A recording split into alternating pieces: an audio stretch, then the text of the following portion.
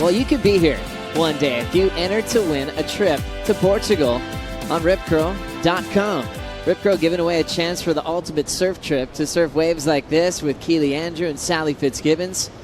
Just getting started in their round of 16, heat number 3. But there's a lot of scoring potential wave-wise if you're on a surf trip here, and you can go up and down the beautiful coast and really get a part of this amazing culture. So go to ripcurl.com. I want to see the conditions change a lot. Keely Andrew off to a quick start up against Sally Fitzgibbons. She needs a good result, Joe. Ranked number 15 in the world at the moment, top 10 qualify. So Keely got a lot of work to do. She's got a tenacious Sally Fitzgibbons to deal with here this morning. But these kind of waves right up Keely's alley coming from the Sunshine Coast. So I'm looking forward to seeing her light it up here this morning. She's always so talented in all the venues around the world, but really pushes her limits in beach. Happened on Andrew's last wave. Yeah, Keely staying busy, which I like.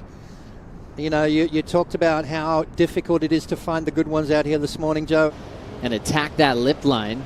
Keely's best result came earlier this season in Brazil. Spoiler against Carissa Moore. She'll do anything in her capability to take out those title possibilities as we look at a beautiful downturn from Sally Fitzgibbons. Styling through that section pots and unfortunately fell in the finish. Yeah, absolutely. She needs some scores on the board. Keely Andrew's been very busy.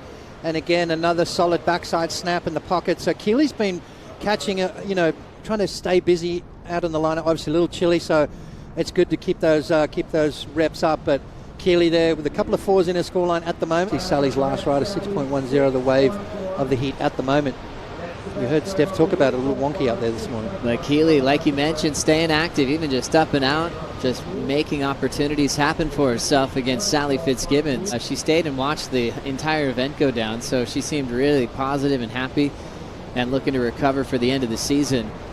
Late hit on the finish for Fitzgibbons as she's down, but her opener came through as a solid number, a 6.10. Keely's been very active, stuck in the 4 range, and Fitzgibbons already with the best single score of the heat so far. Everyone knows how competitive it can be for points on the Jeep leaderboard. Sometimes the men talk about the round of 32 being the hardest of the contest as they're trying to get a rhythm later on in the event. Little finishing move there for Keely Andrew as she's looking to improve on a 4.67. What do you think about this one, Potts? Yeah, just getting the ball rolling here. You can see her building the speed, eyeing that section out at the end, and that's nice from Keely. You know, it's this wave generally a 1 maneuver wave, so the judges aren't scared to throw big points out those single turns. Combination of turns are always incredible to see how hard you're hitting that end section. Sally Fitzgibbons already with a 6.10, looking to back it up now. Nice clean frontside wrap and draws it hard through the end section. Beautiful combination of turns. You can see taking off right now. You can see her waiting almost right there, then decided, okay, now it's time to unleash. Beautiful setup turn and then finish strong through the lip at the end. Nice carving maneuver there. I like the power she put into that. There is a sense of urgency right now in Sally surfing. I love it. Heading into Honolulu Bay and has had some challenges with local wildcards at the season finale. Fitzgibbons up and out, still with a 12.67 combined total out front. Keely chasing a 7.84. But oftentimes she's worn that world #1 jersey at some point in the year. This year it went by quickly because Carissa got it right from her at Jeffreys Bay. As we see the top turn for Keely Andrew, going for an explosive finish. Blowtail just to change things up a bit. I like the thought process there for Keely. What happened?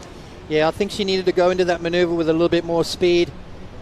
And that wave kind of a little slopey as well, so had to really use her body to try and get that board all the way back around. Had she had a bit more speed, Joe, those fins would have freed up a lot easier, and she would have slid out of that maneuver, no worries. But I like the intent. She knows what she's got to do. She needs a big score, 7.84. Tati born in Brazil, and so she's really happy to be representing Brazil on tour. When you come to Portugal, it's easy to get around. Speaking the same language, as you have a vertical turn for Keely Andrew in the pocket. She kicks out, chasing a 7.84 for a lead change to see if she can get some space from Sally. Sally with priority will use this wave to keep off Keely Andrew. Snap off the lip, she's down. So effective in keeping Keely off, but her lead will stay the same with that fall off the top. But Sally just had a little point of difference getting combinations done. Keely's going to take this wave. She needs something big. Pulls in quickly, trying to get barreled. Ends up going down. We'll close this one out. And Sally Fitzgibbons, world number 3, keeping herself in the title talk as she takes out Keely Andrew and moves on to the quarterfinal.